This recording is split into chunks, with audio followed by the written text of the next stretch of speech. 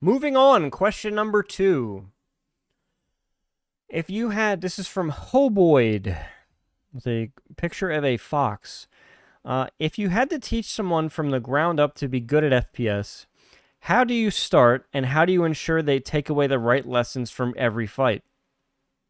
If you want another similar question, how do you okay, these are two different questions. If I had to teach someone from the ground up to be good at FPS, oh my god.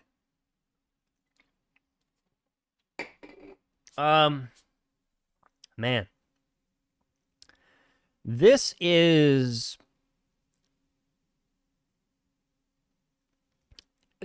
realistically, it is completely dependent on what specific game that you're playing.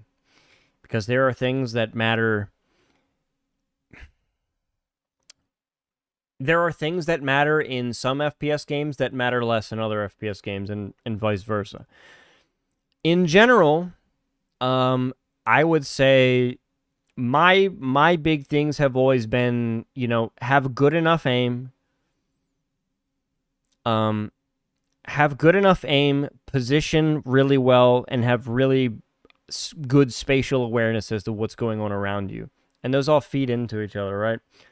Now, there are a multitude of FPS games. They're all different. There's skills, I think, that matter more in some FPS games than in other FPS games. Having really, really good aim, depending on the game. Here's the thing about really, really good aim. Really, really good aim really matters in some games, and it matters way less in other games. And I think that's generally tied to how fast or even aiming, you have to kind of break down into what kind of aim is most relevant in the game. Games with longer time to kills generally, this is even different too, because generally games with longer time to kills require a different skill set in terms of aim. Your tracking is way more important. Now, there's other games where your tracking is not as important, but your initial target acquisition is absolutely important, and your tracking really doesn't matter that much. This question is kind of fucking really hard to answer. Almost impossible to answer. Because it's so game dependent. If you had been more specific about PlanetSide, let's just, for example, since this is generally a PlanetSide 2 fucking channel, let's say if I had to teach them from the ground up how to be good at the FPS portion of the game, right? I would say you can spend a lot of time, and if you're new to mouse and keyboard, I think aim trainers are pretty good. But when you reach a pretty competent baseline level, and this can be subjective, because I see a lot of people say they're comfortable with their aim, and they're generally pretty ass. Now, will aim trainers get you above? I think aim trainers can do a lot of work to get you used to, moving your arm and making the right actions. But when it comes to, if I had to teach someone to be good at the FPS mechanics of the game, how do you start? I would say go and start watching the best player. Find out who the best infantry players are. If you care about FPS, find out who the best infantry players are. And I guess this can go for most games. Seek out the absolute best players that you can and watch them. Okay? Because by watching them play the game, now, what I'm not saying copy them. I'm not saying copy their sense, copy all their settings. In general, there's a reason why an individual player uses the settings they do, and they use the mouse sensitivities and shit that they do. There's some general guidelines there, but to get back to it, start watching the best players. Watch the best players. If you have questions, ask them, because most of the best players that I know are totally 100% willing to answer questions. People like that would much rather see someone come in and ask legitimate questions about, why why you do this with the gun, why do you use this certain attachment or whatever. Those questions are so much better and so much more fun to answer than the person who's comes into your channel and is complaining about the class you're using, or they're fucking complaining about, they're bitching about this and that and the other. Those people are really annoying. Generally, most of these people are pretty intimately aware of what makes them good in the game, and they can break that down for you. At least the better ones. I'm sure there are people that are standoffish and don't want to do that, which I get, and I think is a totally fair attitude to have. Yeah, watch people play the game. So when you're not playing the game, spend a significant amount of time watching the best players play the game. Okay? Now, when you are in the game and playing the game, change your settings. You generally want to be playing on low settings. You want to have the highest frame rate as possible. Most of the time, most of these games, higher graphical settings are a hindrance to visibility. Visibility is one of the most fundamental aspects of playing an FPS game. If you have shit visibility, you turn your settings down. When you turn your settings down, this has other aspects of it that are good. When you turn your settings down, your frame rate is going to be higher and you're going to be able to see stuff better. And if you're playing a game where the objective is to kill other people, then being able to see other people better and having a higher frame rate, which will lower your latency because latency and frame rate are inherently tied, they all go together. And you're setting yourself up for success. From there, you need to get a decent fucking mouse sensitivity. I can't tell you the amount of these fucking dipshits that run around playing with these fucking retarded ass mouse sensitivities, man. These 5 centimeter 360, 1 centimeter 360, these retarded ass DPI fucking measurements that people are using. Like, get a real fucking mouse pad. Don't be like serious and run a Laserdisc MMO mouse on a fucking no mouse pad. Get a quality fucking mouse with a real sensor. Play on a real DPI. 400, 800, 1600, 3200, unless you're doing some Excel shit and you're playing on this other stuff. But chances are, if you're new to FPS, you're not doing that. So that's a whole nother story.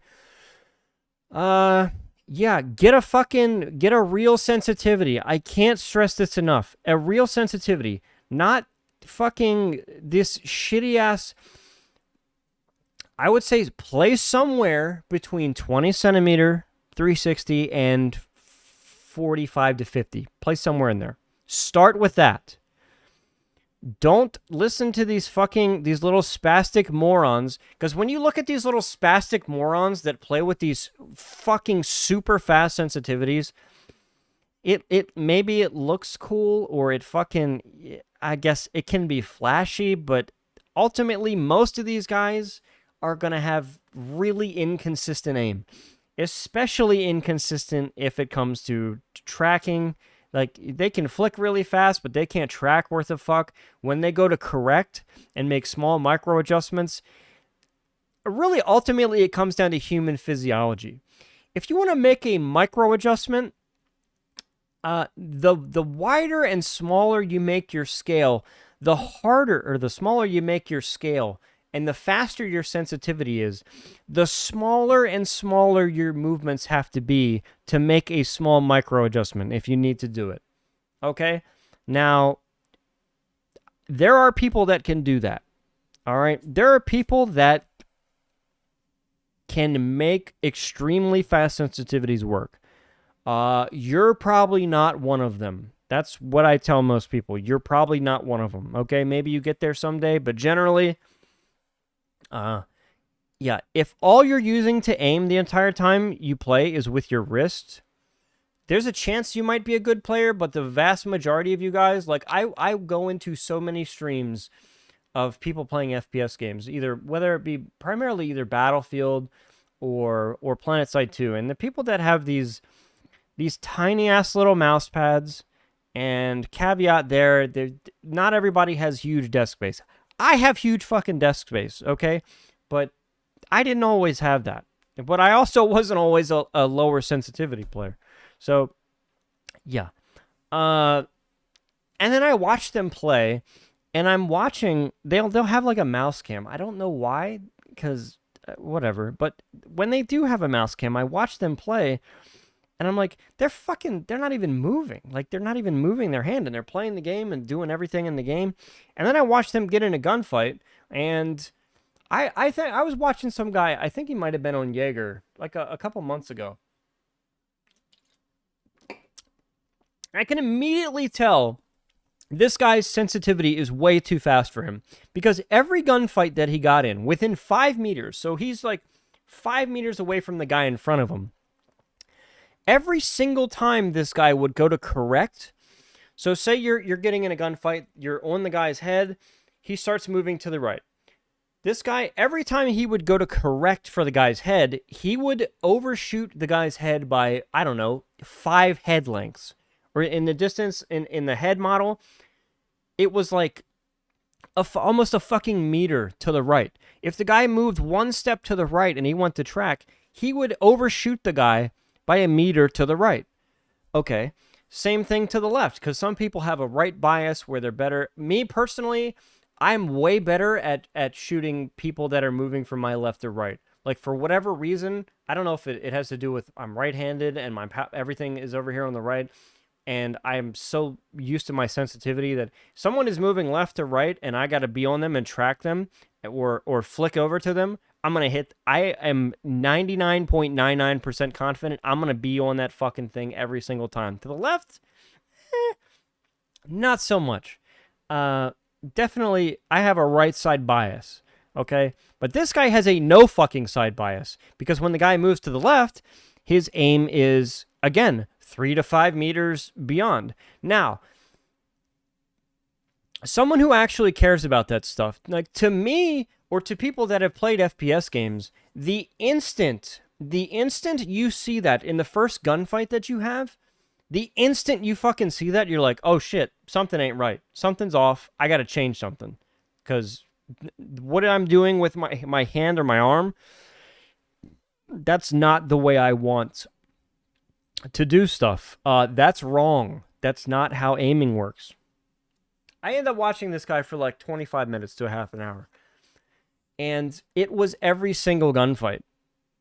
And my first question is, okay, if you don't even know what a proper sensitivity is for you in ADS, why are you on Jaeger?